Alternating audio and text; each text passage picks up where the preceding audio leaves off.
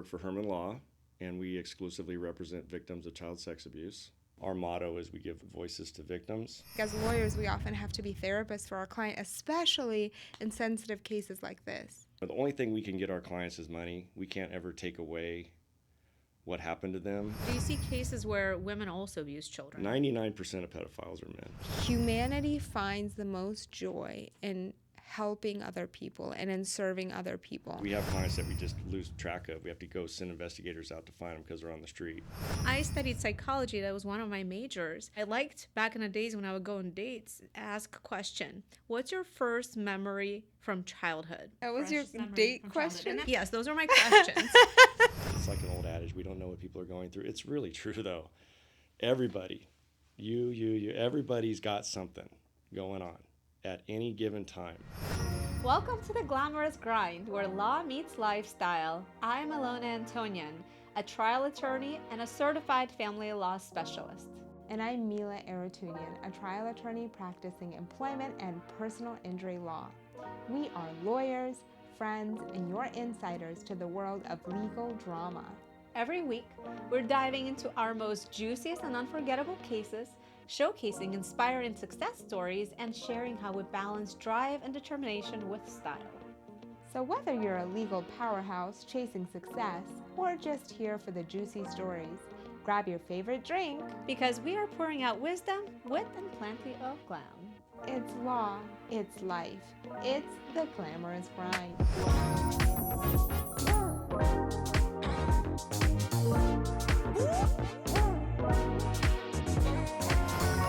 Parenthood is never easy and can be even more difficult as a single parent. Our guest today knows this from multiple sides.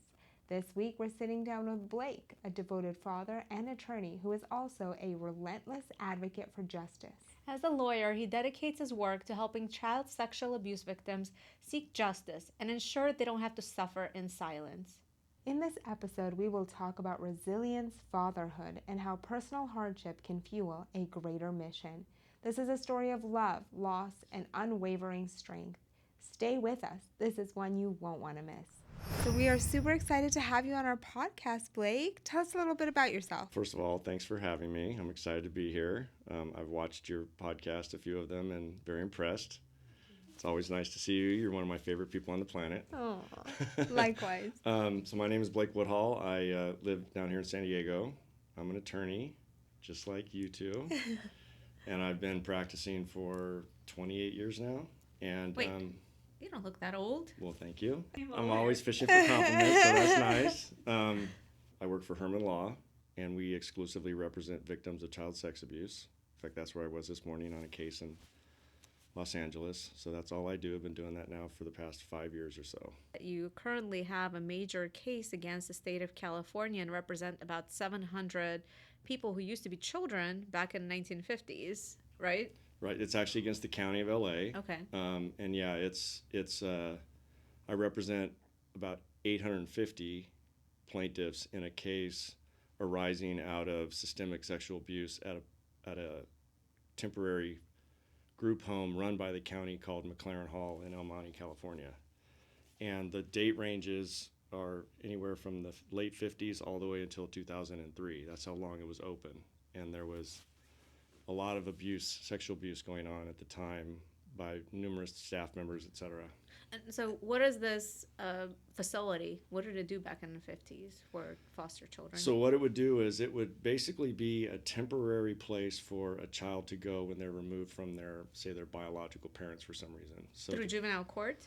So the court would get involved, absolutely. And then what it would do is they would have these kids there, provide them with some medical services, a place to live, and educational services. They had a school there as well, pending their placement in a more permanent situation, foster home. Well, like, what was the maximum period of time that these children would live there in the facility? They were only supposed to be there for like no more than a month, but some of them would live there for years. Oh, wow. Okay. Nobody would want to adopt them? Is that why? It's not really adoption. It was more placement in foster homes. And most of the clients that I have who stayed there for an extended period of time were either in and out of there a lot because of instability even within the foster home where they were placed, or they just had a lot of issues where it was difficult for them to get into a stable placement, and so they just kept them at McLaren Hall. For context, for our viewers, I want to talk a little bit about the extension of the statute of limitations, because I find that super interesting. So most legal cases have a statute of limitations. You have to bring claims within 2 years or 3 years or 1 year, depending on the type of case it is. But recently, the California legislature passed a law. Was it a few years ago? They amended AB 218. Okay, so tell us a little bit about that. So yeah, they amended the statute to open up a window for previously time-barred cases. So all of my clients, for example, before the window opened, their statute had run. So they could not bring lawsuits because it had been too long since they've been abused. That's right. So the new statute is basically anybody can bring a claim for sexual abuse until their age 40. Now, when the window opened for 3 years, it's now closed. Anybody, they could be 80 years old and file. But now those cases are closed as well. So if you're over 40, you're outside the statute now. But under 40, you're still in, when before it was like 21. So anyone who's under 40 today could still file a claim? If they were sexually abused as a child. Through foster care system, through state. I mean, it doesn't necessarily have to be through foster care. It could be, they could sue the individual perpetrator as well, but we only sue institutions. So we have many pending cases against Roman Catholic Church, for example, different counties, school districts, YMCA, Boys and Girls Club. Anywhere where there are children, that's where you're going to find pedophiles. And these are mostly men, right? Or do you see cases where women also abuse children? 99% of pedophiles are men. So the stories I hear are some of the most horrific stories you'll ever hear in your life. Oh. And I literally could take a 9mm and go up to this person and put a bullet in their head and sleep like a baby. So in California, if you were abused as a child and you're under 40, even if you were abused when you were 3 years old or 5 years old, you can still bring a lawsuit against your abuser, including the individual who abused you, or if it was part of an institution, the institution that abused you. Now, I want to ask you one question, because I deal with a lot of sexual harassment and sexual abuse of adults, and there's a lot of shame that people experience when they're abused. And I can imagine if you're abused as a child, that shame is even more, right? And so how do you deal with that aspect of it? How do you deal with, talking someone through it? Obviously, it's not their fault. But, I feel like as lawyers, we often have to be therapists for our client, especially in sensitive cases like this. It's a really good question and really good insight, because even the way we handle cases, it's designed to help people heal.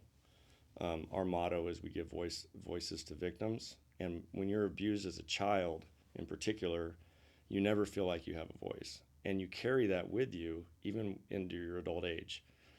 And it's an interesting thing for me to handle these cases now, because I'm more open with it now than I've ever been. But I was sexually abused as a child. And so for me, I think I have a particular understanding for what these people go through. You can be 60 years old and be a big baller, executive, CEO, and have been sexually abused when you were a child, and you will always have that sort of pain inside you, and particularly the shame. And in fact, that's the reason why they even opened up the window in the first place. If you go back to the legislative history of even amending the statute, it was nowadays the stigma attached to admitting or talking about being sexually abused as a child. It's less now. People are more encouraged to do it. There's more support available. And frankly, it's very difficult for men to talk about it, because we're supposed to be these big macho dudes. I mean, I played football. I coach football still. I'm supposed to be this big masculine tough guy, and yet here I am when I have a similar kind of pain, the shame, the embarrassment of it. So it's difficult, but again, the only thing we can get our clients is money. We can't ever take away what happened to them or bring back their innocence or return it to them. But what I found is working with the clients through it, even preparing them for depositions. Even, for example, you guys will appreciate this as lawyers, I get thanked sometimes for just filing a complaint. Like, have you ever been thanked for just filing a pleading? No. Right? It's never happened. It's the first time in my career I had a client call me and go, I've never seen it on paper where what happened to me is on paper, and we're actually finally going after the people that are responsible for it. That's very empowering. So you're like a superhero. You're helping these people, I mean, the victims, and then in a way getting revenge against everybody who, has done this to children. Everywhere we go, you go to the grocery store, you go to church, you go to your kids' sporting events, wherever you go, there are victims. It's so interesting. One of my favorite motivational speakers, and I'm a little biased because he's Armenian, but it's not because he's Armenian. I actually really love his content. And actually, most of his content is for men, but I love him and I listen to all of his stuff. His name is Bedros Kouligian. It happened to him as well. I listened to his podcast. But the interesting thing I find in it is, like, especially Armenian men are trained to be like super macho and masculine, and he talks about how like he had this like really rough childhood and he would steal and was in jail and did all these like horrible things, and then he ended up getting therapy, and which is like super anti-Armenian. Even me as a woman, like if I tell my mom I want therapy, she'll be like, what is wrong with you? Deal with your problems. Yeah.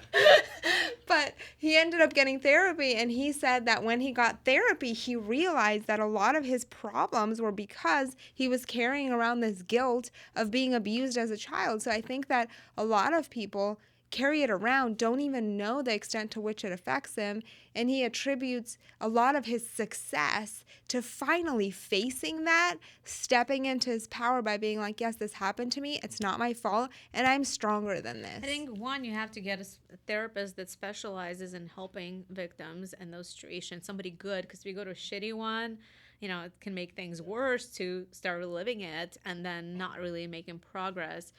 And I remember back like 10 years ago or so, actually it was 15 years ago, went on a date with this one guy, and he was a radiologist, and I was so into him. I used to call him Mr. Big, like from the Sex and the City, because There we go. But he was better looking. But anyways, point is that he turned out to be like a serial cheater, and one day, before I found out that was the case, like he sometimes would act like a child, or like I kind of sensed that, like he would retrieve and seem like he would into it. And I studied psychology. That was one of my majors. And I liked back in the days when I would go on dates, ask a question: what's your first memory from childhood? And then what's your second freshest memory from childhood? And then I would do psychoanalysis on people for myself. Yes, those are my questions. And he kind of shut down, but then he opened up and he told me that, and it was very sad. He said that when he was like 7 years old, he used to play in a neighborhood, and his mom would send him to a neighbor's house to play. And the neighbor sexually abused him for years, and he told his mom and he told his dad, and they didn't believe him. And they kept sending him to that neighbor's house, and he kept getting abused, and he obviously didn't have a good relationship with his mom. And I don't know if he ever got therapy. I don't think he got good therapy because it was impacting him as a grown-up. And I hated his mom when I heard the story. I'm like, bitch, you didn't protect your child. Like, how could you not, believe your child and protect him? How could you not care that much? But that happens a lot to children. It's like, it's so sad this happens, and somehow parents choose not to believe their children. Yeah, there's a couple things there. Number one is therapy is important. I don't think it's the end-all, be-all.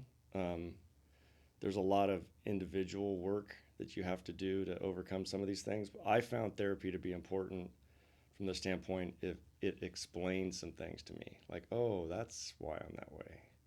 Oh, that's why certain things are whatever. So it was more explanatory, and then gave me some resources to kind of deal with things, because it's hard to imagine. And look, none of us get out of life without traumatic experiences. None of us escape it. Okay, so it's not like, there is a certain element to, do you go overboard and continue to play a victim, right, and not take responsibility for being a serial cheater by saying, oh, well, I'm a victim of sex abuse, so I can go and be a maniac.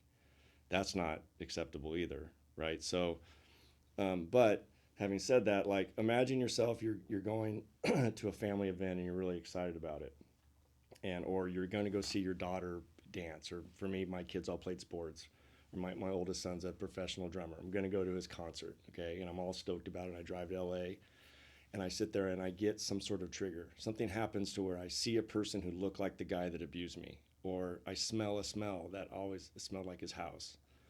Just one little tiny thing triggers you, and you immediately go back to being that kid again. It's interesting how you mentioned that he sounded like a child sometimes. I often say that I still represent kids, because you could be 75 years old and I could be talking to you. And when you're talking about your abuse, I see it in my clients. Their whole countenance changes to where they go back to being a kid. And so you go back to being a kid and you're focused on it, and you might have a panic response, flight, fright, or fight, right? And so it just changes your whole day, and it could ruin your whole day. And so that's why, though, I think therapy is important, though, because it can help you in those moments. But that's why, I kind of have a life philosophy. Like, we really do need to give people a break, because you don't, it's like an old adage, we don't know what people are going through. It's really true, though. Everybody, everybody's got something going on at any given time. It's important, I think, to just kind of give people a break. And if we can help them, then do it. And in the context of my work, that's what I can do. I can help my clients heal. So, having about 850, you said, clients, how did it impact their lives now that they're grown-ups? Do you see commonalities? I do. Okay, here's a few things that are in common, and I've even wondered about myself, because I don't necessarily fall into all these categories, and I've often wondered, like, why did I escape, quote unquote escape, if you want to look at it that way. But the commonalities for kids who were sort of chronically in the foster care system and then abused, sometimes in multiple locations, they generally have a criminal background. They didn't complete their education. They have some form of substance abuse, usually drug abuse. And they have really spotty work history, if they can even work at all. Those four things are super common. I could show you the 850 clients that I represent, and probably 700 of them will have all four. Oh my God. By the way, what percentage of those end up homeless at some point? A lot. In fact, we have clients that we just lose track of. We have to go send investigators out to find them because they're on the street. Wow, the damage. They're just highly unstable. They're unstable, and oftentimes, and they don't have anybody to fall back on. I mean, I had a really cool family. Mm-hmm. I wasn't abused by a family member. I had a really cool brother and sister. I had great parents. My dad was a minister, but he was a great guy. He was like my guy. And so if you think about that, a lot of these people, they're in the foster home. So they've been removed from their biological parents. There's nobody within their biological family to take them. So they're with some stranger, essentially, going through their whole system. So they don't have anybody to support them and to give them that stability. Oftentimes these foster families, and no disrespect to the really good foster parents, there's some really neat people out there, but a lot of these people are evil, and they just take a check, and they allow abuse to go on, physical abuse as well, and so just think about that, just like internally. If you wouldn't have anybody to fall back on, like you were even talking about your mom giving you a hard time, but you have a mom, and you have a mom that loves you, and most of these people, not only do they not have a mom that loves them or a dad that loves them, they have a maniac for a parent who's either a drug addict or an alcoholic or can't take care of themselves, let alone a child. Let me just understand something, because, like, people who have parents that fight in court, they end up in family court. And then once there's child neglect, then it's severe enough, and the child cannot be placed with either parent. It goes to juvenile court. Family court loses jurisdiction, and then in juvenile court they put the parents on a certain plan until they reach an exit plan and they comply with all the counseling, therapy, parenting classes, drug or alcohol, corrective action, whatever they have to take, and and then they are either placed back with parents, but I guess the people you're representing are those that during that time would be placed in foster care or an institution because there were no other family members to take care of them. Is that right? Yep. Okay. And then also it will be children whose parents did not end up complying with anything, and they completely lost custody, so they became, dependents, state dependents, and then they just had to be they're placed. They're in the system forever. I mean, Mila and I have talked about some things. I have a personal experience with this. I ended up getting my kids full time, and so if my kids didn't have me, they would have been in the system because of their mom. And so that's why I'm saying, if you don't have somebody to fall back on that can give you some stability and true engagement as a child, you're fucked. Sorry. No, that's a good way to say it. But do you feel like your experience as a child led you to find a partner in life that ended up having, Probably. problems that resolved in you becoming the primary caretaker? And I'm not I make it very clear I'm not a complete victim in that whole process, but when it comes to the parenting aspect of it, I kind of always knew that I was going to have to be the one to step up and do that, even when my kids were babies. Whatever you feel comfortable Yeah. with. Can you tell us a little bit about your family and your marriage and how that Yeah. led you to be a single dad? Yeah, so I've been divorced now since 2009. So it's been quite a while. I was married for 12 years, together with her for 15. I was a dad when I was 24. She was 21. It was a whoopsie, oops, I got married. We knew each other for 6 months. And While you were in law school, because you became a lawyer at 25. While I was in law school, yeah. And she was playing volleyball in junior college, and she actually got extremely serious about school, and ended up becoming a doctor, a dermatologist with a fellowship in cosmetic surgery. But when we moved down here to San Diego, I guess it'd be a little over 15 years ago, the shit kind of hit the fan right away. And I won't explain everything that happened, but Bill Benjamin was my lawyer, if you know Bill, and he was excellent for me. But we shared custody for a while, the classic kind of standard custody arrangement.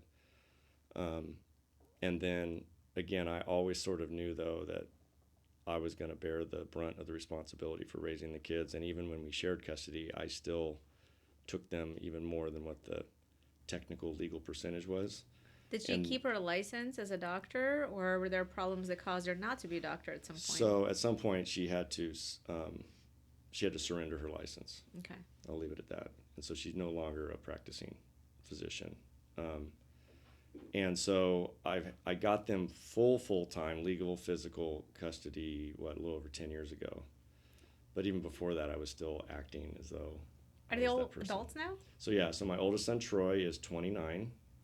He's amazing. He's a rock star. He really is. So he got a degree from the School of Music, University of Oregon. He's a professional grade drummer, and he lives in Los Angeles, living the dream, the classic starving artist. He works at a restaurant, plays gigs all over LA. He's got his own band, and he also drums for another band. What's the name of his band? band? Good. It's so Feudal. good. The name of his band's called Feudal. And he's on Instagram if you want to follow him. And he looks exactly like Blake. Well, I always say he's a taller, better looking version of me. Okay, I'm not gonna do that. No, he's a good looking dude. He's a good looking kid. Guy. And so then my daughter Hallie, like Halle Berry. I always say her name is the first part of Hallelujah. That's how we spell it, Halle. It makes me think of baby formula that I buy. Yeah. She's a junior at University of Oregon. She was my. Wait, why Oregon? Why everybody in Oregon? There's another story about that. I actually lived in Oregon, Eugene, for a year when I was in high school, and I've always kind of I've always liked Oregon, and so the kids have sort of gravitated up there. Hallie's a badass. Hallie's a total badass. She was my superstar athlete growing up. She played 1 year of college softball in New Jersey. She doesn't know me, but I've been watching her grow up for the last 6 years. She's amazing. She's amazing, and her middle name is my name, Hallie Blake, and so she's just my person. I don't know what else to say. She and I have just always been lock since she was just a little tiny baby. I mean, I have a good relationship with all my kids, but it's something different when it's your daughter. You admit it. Like, sometimes, well, people sure. ask, because I have 5, they're like, which one is your favorite? And, I don't know if I can ever admit that, because there's that cosmic connection with some babies. You just put them and you feel it, There is. Well, I always say you love your kids equally, but you don't necessarily like them equally. I like all my kids. I really do, but you like them in a different way. My mom used to always say when I would be like, who do you love more? She'd be like, I have 2 fingers. Do you think I love one finger more than the other? I was like, yeah, Mom, Yeah, you're you do. right-handed. You're right, You exactly. need the index finger Like if more. you had to pick one, you take your dominant hand, right? I had like the lawyer Like, response. yeah. I'm like, absolutely, there's a finger that you couldn't live without, for sure. Yep. You need to pick your nose. Yeah. Your stuff. Like, So what the then- hell's the yeah. pinky do for you? Yeah. And what did And your so then- third child So do? then third, Cooper, he's 18. He's a senior in high school. He goes to Hoover High School, which is funny because that's where I coach football. I'm the quarterback coach at Hoover for football. He ended up being the Central Conference Defensive Player of the Year. Just had a monster season. He's just a beast, and he's just committed to Bemidji State University in Minnesota to play football. Is going to be a lawyer. None of your 3. And I discourage it. But like, Why? amazing with everything that, the kids have gone through with their mom and the divorce and ending up with you as a single dad and a lawyer raising them. Like, knock on wood, you have incredible children. They are. The thing I love about my kids the most is they're really good human beings, and they have a lot of perspective. One thing that's always been important for me, I don't know if it's just being raised in the church, and doing a lot of things for the community. My dad was actually a church planter, so his denomination would just send him into a community and go, start a church, good luck. And most of the time they were in sort of underprivileged communities and neighborhoods. And so I've just always had a heart for like serving and helping. So you, I remember, had a program where you took your youngest son, Cooper, right? And you would go to downtown and they would make sandwiches, peanut butter and jelly sandwiches with chips That's and sweet. like apples, and make little paper bags Yeah, and hand so, them well, out. And then yeah. you like exploded and people did. started donating money Yeah. so that you and Cooper could go feed And I had homeless and I people. have Was it just 2 of you, not through any Yeah, organization? so this happened through COVID, yeah. I've always had a thing for feeding homeless people, and I don't really like giving to organizations. I just like doing it myself. So during Good COVID, perspective. we started it, and it's called 11 Meals Mission because we made 11 meals, and it's a PB&J sandwich, a soft fruit. It has to be soft because most homeless people have bad teeth, so it needs to be either an orange or banana, a bag of chips, chewy granola bar, a bottled water or Gatorade, and you put it in a plastic bag because they like to use the plastic bag to go to the bathroom in. So everything is used that we give them. And so we went down and did 11 meals. This is during COVID, like full lockdown. And I remember being like, you're insane. You're going to Yeah. get COVID. He Yeah, was like, yeah. I want to help And people. I'm a live free or die kind of person. Like, how many sandwiches and packages did you make, and where did you Okay. go to deliver them? So we literally drive downtown. We pull up to people. We roll down the window and we say, "Excuse me, sir," or "Excuse me, ma'am." You give them a little respect, a little dignity, and they come up to you and you give them the bag, and we drive off. We drive all So over. you didn't walk the streets. Oh no, we drive all over. And so it blew up. I did a Facebook post about it, and I started getting people donating money and plastic bags. And I had a guy who was this is during COVID, so nobody was working, nobody was doing anything. I had this guy who runs this hedge fund who I coached his daughters in softball, and he calls me up. He's like, "I need something to do." So he that's became like my operations guy. We had an assembly line of making the bags. We were doing 100 at a time, and we still do some, but we went from 11 and we're now at 4,700 meals that we've handed out individually, me and Cooper. Bravo. Amazing. Good job. Amazing. I 4,700. remember that And so we well. have like a tier program on who we try to, because we could just go down there to the really gnarly part and get rid of 100 like that. But what we do is we drive around, look for people actually digging in a trash can. That's our number one people. If you're digging in a trash can, just imagine. None of us have ever been that hungry, I'm assuming. To humble yourself, to dig in a trash can and have somebody roll up behind you in a car and go, "Excuse me, sir, excuse me, ma'am, are you hungry?" Like, that would be an amazing experience. And then people in wheelchairs, veterans, and then after that, once we kind of hit all them, then we just go into the gnarliest parts of downtown and we just hand them out. I've been criticized for it because, "Oh, you're just enabling them and you're doing this." And again, my position is I'm just feeding them. I'm not trying to save them. I'm just feeding them, and I just have a heart for that. Like Father Joe's Village does a really good job down there. There's some I volunteered there before. yeah, And they do a really good job. They really do, and there's some other programs down there that help them. Even law enforcement helps them. But at the end of the day, am I that deep into it where I feel like, oh, I can really do something about it, or do I have the answer? I really don't. Just being a good human and helping people eat. That's all it is. It's really no more than that. I remember reading a book, and it was a beautiful book, and I can't remember what it was called. I think it was like The Art of Joy. And one of their conclusions was that humanity finds the most joy in helping other people and in serving other people. And if you can find purpose in that, I think that will bring more joy than any amount of money and like real heartfelt lasting joy, because money brings joy, money brings comfort. You buy something new, it's really exciting until it's not. But when you can help someone, and I feel like you do that in so many aspects of your life, with your work, with your, you know, outside organization, which I don't even know how you find time, because you also coach your son's team and are an attorney and a litigator, and then like feed homeless people on the side. One of my favorite sayings is, the devil will find work for idle hands to do. It's actually in a Smith song, What Difference Does It Make? And that's kind of a life motto for me. If I can chill, don't get me wrong, but what you said is is really important. Service to others is the key to life, and particularly service to others who can't give you anything back in return. When you're helping people who literally can't give you anything back, it gets you out of your own bullshit. We all have our own bullshit. And trust me, I have moments where I'm sitting in a corner losing my mind because of some stressor or some issue or some work problem. But when you then go and you turn it around and you go and help somebody, it just gets you away from that. And what you get back is so much more than what you actually give. So service to others is really the key. And it might just be your own children. I talk to a lot of dads now after being divorced and going through all this, and I really try to I don't encourage them, I just flat out tell them, I don't care what you have to say about their mother.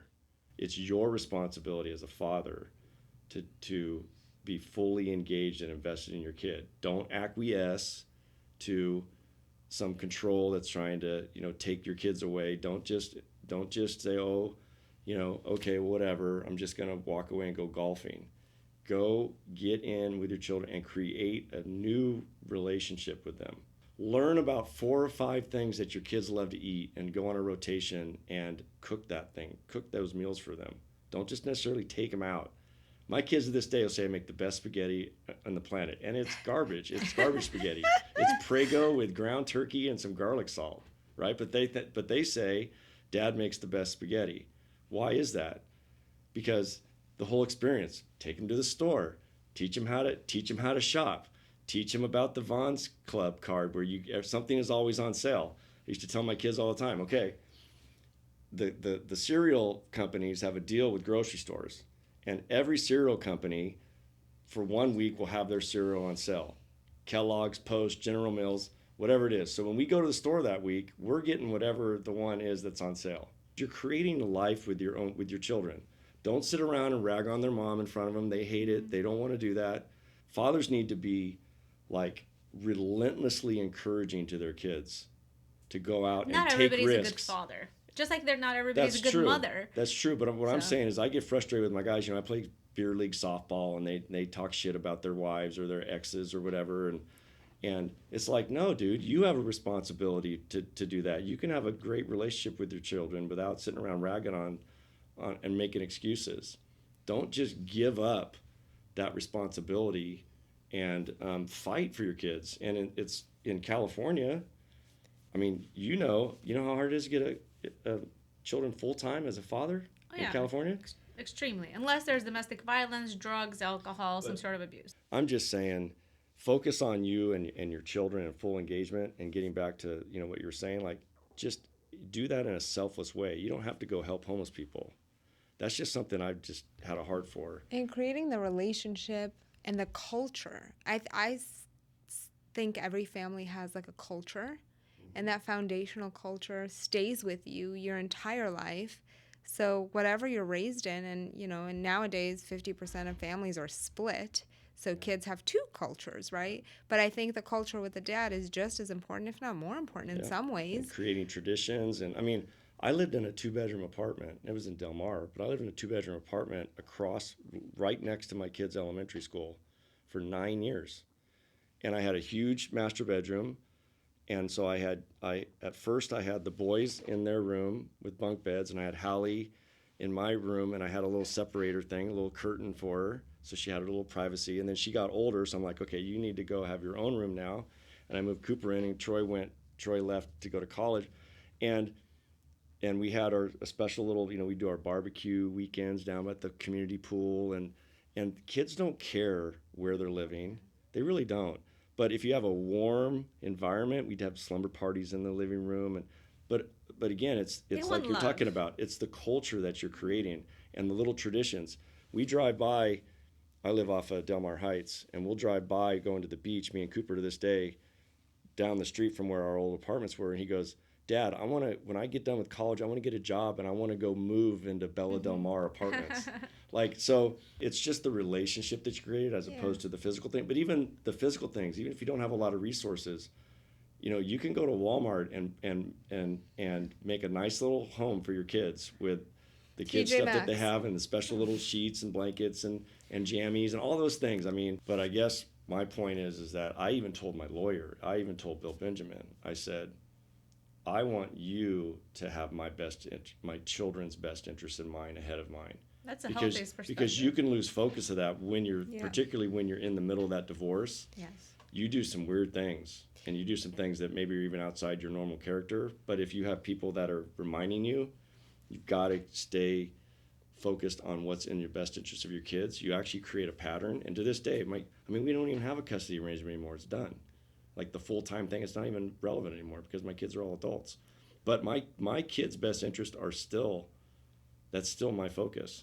Well, thank you so much for joining us. It was such a privilege to have you and learn about your life and your work and how you find purpose in everything that you do. It has been a privilege to have you on as a guest. Well, But I do want to find out what happens with all those cases for the victims you're representing. I'll let you know. I'm under a gag order right now. Oh, okay. But I will let you know, and we're hoping to have a global resolution within the year. That's the hope, but that's about all I can say. How is that going to change the lives of the people you represent?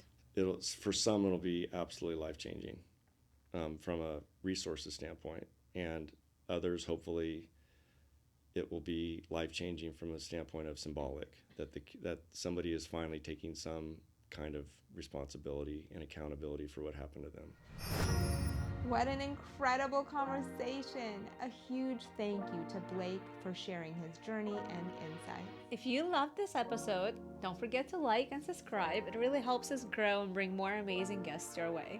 And hey, if you have a guest you'd love to hear from, slide into our DMs or drop us a message. We are always looking for inspiring stories to share. And don't forget to follow us for the behind-the-scenes content and updates. Remember, success isn't just about glitz and glam. It's about the grind, the hustle, and the passion behind it all. Stay inspired, stay motivated, and we'll see you next time on the Glamorous Grind.